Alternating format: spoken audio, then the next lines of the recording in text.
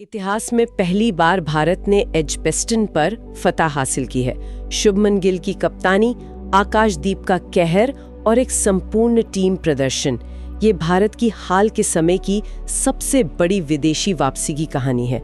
आइए इसे विस्तार से समझते हैं। Welcome to the Audio Anchor, your home for cricket stories, match breakdowns, and epic moments from the world of sports. Subscribe now and never miss the roar of the game. तो Edgbaston में ये एक यादगार जीत है जिसने 5 मैचों की series को 1-1 से बराबर कर दिया है। हमारे पास इस मैच से जुड़े कई आंकड़े और विश्लेषण है और आज हम इन्हीं स्रोतों के आधार पर समझने की कोशिश करेंगे कि भारत ने ये ऐतिहासिक कामयाबी मतलब कैसे हासिल की। ठीक है, तो शुरुआत करते हैं इस जीत के पैमाने से। भारत ने इंग्लैंड को 336 रनों से हराया।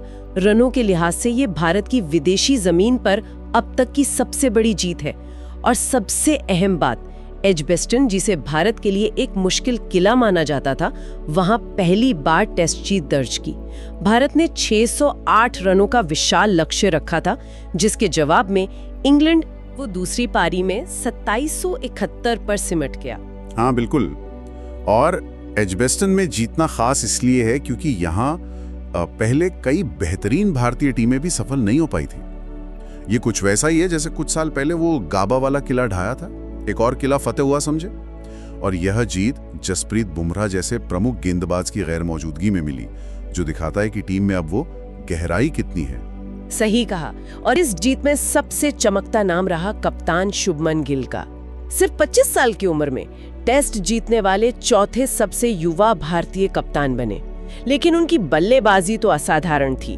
पहली पारी में 269 और दूसरी में 161 रन, कुल 430 रन एक ही मैच में। क्या बात है।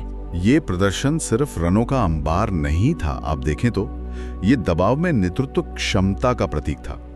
गिल ने न केवल एक टेस्ट में भारतीय कप्तान द्वारा सर्वाधिक रन मतलब विराट कोहली का 293 का रिकॉर्ड तोड़ा और एक भारतीय द्वारा सर्वाधिक मैच एग्रीगेट सुनील गावस्कर का 344 का रिकॉर्ड भी तोड़ा, बल्कि वे गावस्कर के बाद एक ही टेस्ट में दोहरा शतक और शतक लगाने वाले दूसरे भारतीय भी बने और इतिहास में पहले खिलाड़ी जिन्होंने एक मैच में 250 और 150 रन बनाया हो। ये वाकई असाधारण है। हाँ, मतलब गिल का 269 का स्कोर अब कई पैमानों पर शिखर पर है।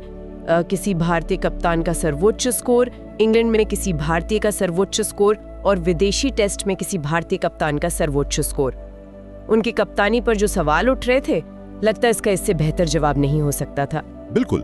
अगर हम इससे बड़े परिदृश्य से जोड़ें तो गिल अब सचिन, सहवाग, रोहित और गेल जैसे उन दिग्गजों के क्लब में शामिल हो गए हैं जिनके नाम टेस्ट और वनडे दोनों में दोहरे शतक हैं। यह दिखाता है कि उनमें ना सिर्फ प्रतिभा है बल्कि बड़े मंच पर प्रदर्शन करने की वो जो क्षमता होती है ना, वो भी है।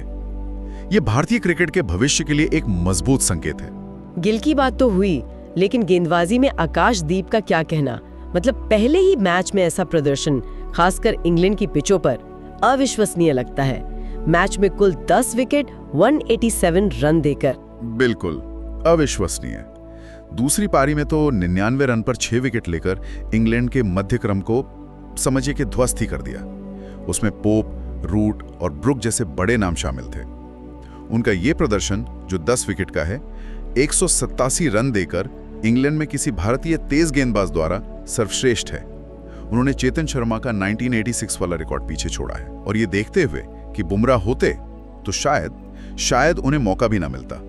उनका ऐसा प्रदर्शन करना वाकई काबिल तारीफ है। टीम ने भी उन्हें वो 10वां विकेट दिलाने में मदद की, जो एक अच्छी टीम स्पिरिट दिखाता है। हाँ, ये बात भी है। और टीम के दूसरे सदस्यों का योगदान भी अहम था।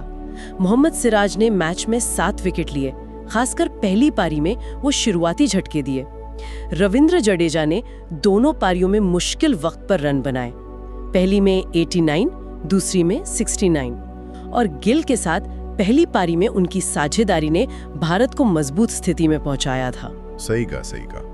वहीं इंग्लैंड की बात करें तो जेमी स्मिथ की वो 184 रन की पारी और ब्रुक के साथ उनकी 303 रन की साझेदारी शानदार थी, इसमें कोई शक नहीं।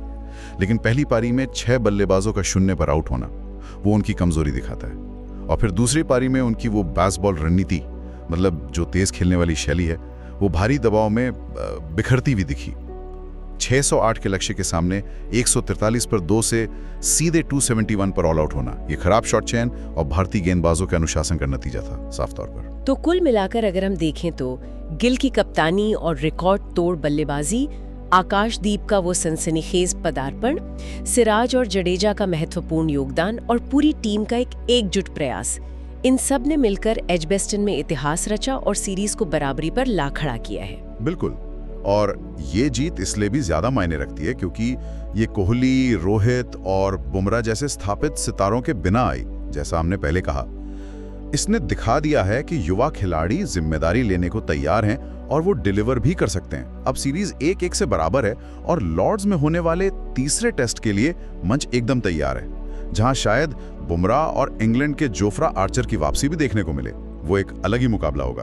हाँ बिल्कुल। तो यहाँ एक विचारणीय प्रश्न उठता है, क्या ये जीत, जिसमें नए नायकों ने स्थापित सितारों की अनुपस्थिति में जिम्मेदारी उठाई और इतना शानदार प्रदर्शन किया, क्या ये विदेशी चुनौतियों का सामना करने के लिए भारतीय टेस्ट टीम की नेतृत्व क्षमता और आप कह सकती हैं कि उसकी जो मुख्य ताकत है, उसमें एक निश्चित बदलाव का संकेत देती है?